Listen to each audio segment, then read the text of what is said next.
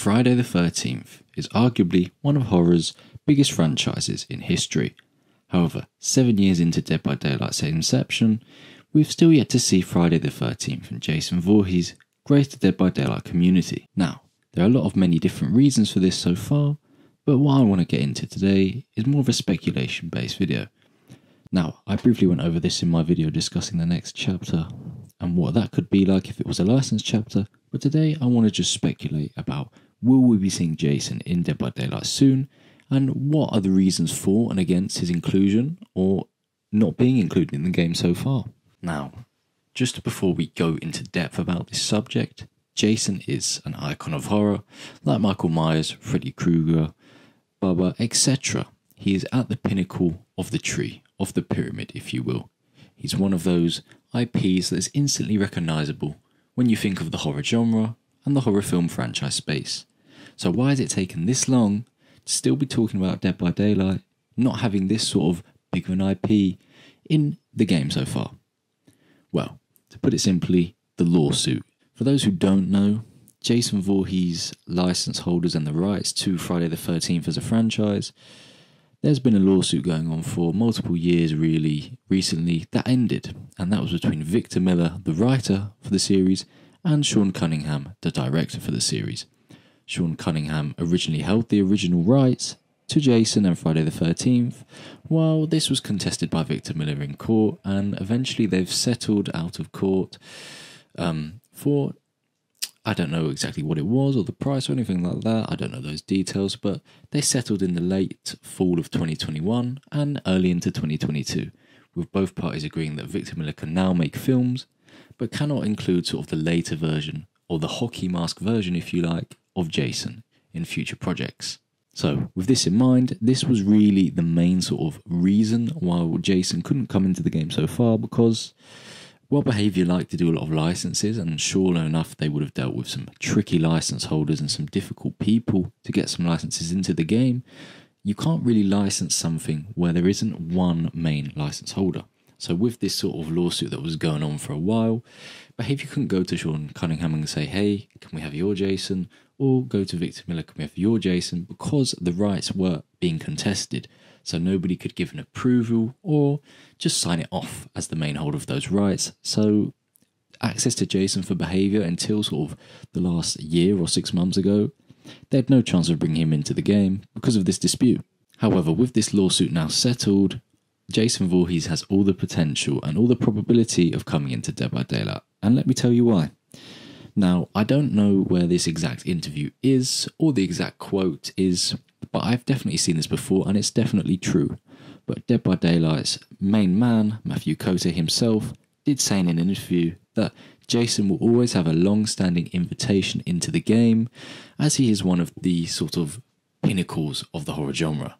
So I think that sort of infers to you and sort of suggests, Behaviour want Jason. That's quite an obvious, clear and obvious fact, because you don't say that a certain IP or character has a long-standing invitation into your game without having an interest in them. So that basically translates to, we'd love to have Jason in our game, but at the time when he said this, he knew they couldn't get him because of the licensing dispute.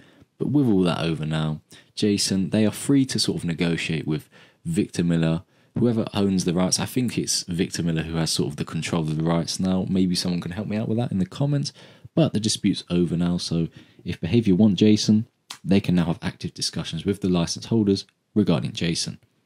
So, what does this mean for Jason and DBD? In a long-winded way that we've finally got to, I know it's taken a while to explain this, but Jason is now on the market, if you will. A bit like some other licenses that we've had in the past, where there's been some difficulty getting them into the game, but now this one is free. And I can guarantee you, even though the Behaviour will never publicly admit anything about what licenses they're pursuing or whatever, or what they're going to bring into the Dead by Daylight game, it's going to be quite clear. Jason Voorhees and Friday the 13th is almost certainly, in my opinion, the #1 most wanted license by Behaviour themselves, because it is just the biggest license left, which they already haven't got into the game. Now, some people may say FNAF, some people may say Alien, Predator, Candyman, whoever. But it is quite clear that Jason is still the big one that they've left Jason is still the big one that they have not yet caught into the Dead by Daylight entity. So, how can Jason really work? So why does this make sense for both parties really, when you consider the license holders and behavior themselves? Well, the main reason, one, is basically just money. When you think of anything, a lot of these game corporations, businesses in general, the main thing that they're doing nowadays is profit. And as a business, you always want profit, you want good cash flow, etc., profits. You basically want your company to be in a good state. And getting sort of these licenses like Jason, like we had it with Halloween, even getting an Alien into the game, getting a Stranger Things return, etc., etc., this boosts your profit. And let me tell you why. Now, while behavior will probably have to pay quite a large fixed fee or lump sum to the license holders for the rights to Jason and bring him into the game, the potential of profit is really endless. When you think about sort of a character like Jason with the hype and sort of fan base of Friday the 13th of well, you can understand why there's going to be a lot of profit. Whether we saw in recent sort of successful chapters like Resident Evil, Stranger Things, Halloween, there's been a massive influx of players when these chapters have released. And then, cosmetics and stuff like that you can include for these characters.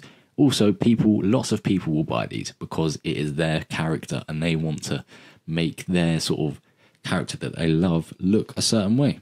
And so just think about the number of people that would actually buy Jason in Dead by Daylight if he came out as a licensed character. I mean, how much does a chapter even cost these days? I can't even remember the exact figures, but let's just say it's upwards of sort of $5, isn't it?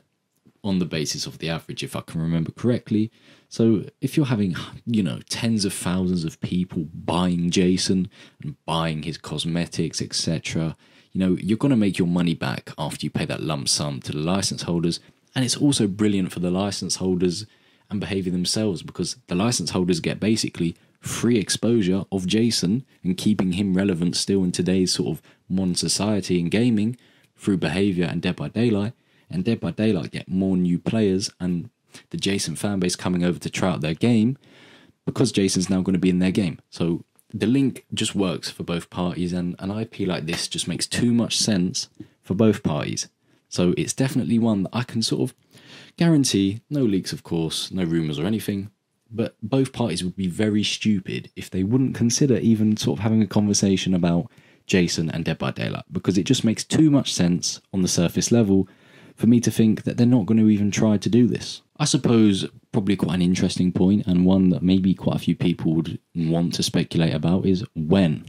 Now, because we know that the license is over, as I've repeated too many times in this video, but we know that the dispute is now over, so behavior are free to negotiate anytime they want for Jason, and they have been able to do so for the past 9 months or a year. So when can we expect sort of him into the game? Now, I'm pretty sure there probably have been some preliminary discussions about Jason coming into Dead by Daylight, but with the current state of the chapters that we've had, behavior do need a big chapter coming out soon because the last two have been really poor. It's nothing against them being original chapters or nothing like that, but they've just been poorly designed gameplay wise, etc. Just not fun to play.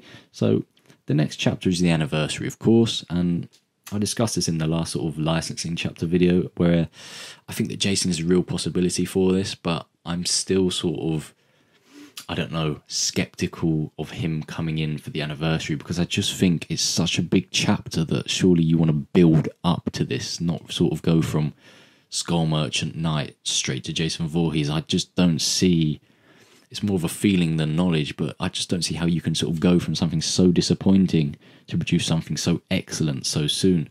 That's why I think a more sort of niche license, even something like quite big like a Predator, would make more sense for me to be the anniversary than Jason, because then you can just build from the Predator, you have everyone's attentions, then you can release Jason later. But speaking of sort of concluding, when can we see him in the game? I definitely think within the next 1 to 2 years. We have probably about 7 or 8 chapters in that time frame. I'm definitely sort of 95% confident that Jason will be one of those chapters because now they can just get him into the game. And when you think about sort of the licenses left for behaviour, there aren't that many licenses left. Of course, there are some big horror licenses. You're always going to have your Aliens, your Predators, your Candyman, your Chucky, your Pennywise, even the new sort of film, the Megan film. There's a lot of sort of different IPs out there. But this one is definitely going to be one that's going to be in like the top 3. No doubt. No doubt in my mind. It's probably top of the list, but it's definitely top 3. So when you think that behaviour will probably aim to do probably a mixture of 50-50 original licensed chapters, that probably means on average, if you're taking it as face value, we're going to get 4 licensed chapters within the next 8 on average. So that's basically 4 opportunities to see Jason Voorhees. And while I don't think this anniversary chapter is him, and I do think that the anniversary will probably be licensed, that narrows it down to 3, and it's definitely, as I said, it's definitely in the top 3. So I'm pretty sure that Jason will be coming. I'm pretty sure that Jason will be coming into the game within the next 2 years. I just think that, it's sort of a perfect moment for him to grace the game finally, and sort of behaviour to complete their set of horror icons with Bubba, Freddy, and Michael Myers. The big 4, really, if you like, of horror. And Jason just fits into the game perfectly. I mean, just look at the Trapper. He's really sort of quite similar to Jason in many ways because of the way he looks. So there's obviously some inspiration there that's been taken from Jason. So to get that final just sort of like Infinity Stone or whatever you want to call it for behaviour, that golden goose, I think that Jason is that golden goose for behaviour, and I think that they're going to get him at some point. Let's explore the actual potential problems of licensing Jason into this game, and to be honest, I couldn't think of many when I was thinking about potential problems, but the main one that I kept sort of coming back to in my mind was the financial aspect of agreeing a deal between both parties. Now, I'm not too sure about the license holders of Jason and if they are sort of money hungry or quite greedy, but if you think about behaviour and the state of Dead by Daylight now, behaviour have shown in the past, particularly when we saw Stranger Things go, they're not afraid to let a big name license just walk out the door. They will not, submit to pressure and just up the fee out of desperation. Otherwise, Stranger Things would probably still be in this game, maybe, if they wanted to pay a ridiculous fee. I'm not sure how those negotiations went at all, but from sort of that, we can infer that behaviour are not bullied in negotiations. And so if the license holders of Friday the 13th ask for X amount of money and behaviour are not willing to meet that X amount of money, I don't think there will be an agreement between the two. Because if you think about it from behaviour's perspective, while Jason would be brilliant for this game and grow the popularity of the game to a level that's really sort of not been seen for quite a while, Dead by Daylight is still, despite sort of the so many sort of negative sort of comments and murmurs sometimes from the community about balance and gameplay and whatever, Dead by Daylight's in a good spot. While, the average player base sort of fluctuates, the game is still relevant, it still has good popularity, there's still a lot of good positive things about Dead by Daylight, and it's not in a state where it's desperate for a big license. It's a want more than a need. A Jason, an Alien, a Stranger Things Return, a FNAF. These are more wants than needs for behaviour because they have so many good sort of IPs in the game already. Yes, there are a lot out there that could be introduced, but when you have so many quality IPs in your game and you've built your game to such a level over these 7 years, they can more than comfortably and confidently just walk away from the negotiation table and say, we don't need this.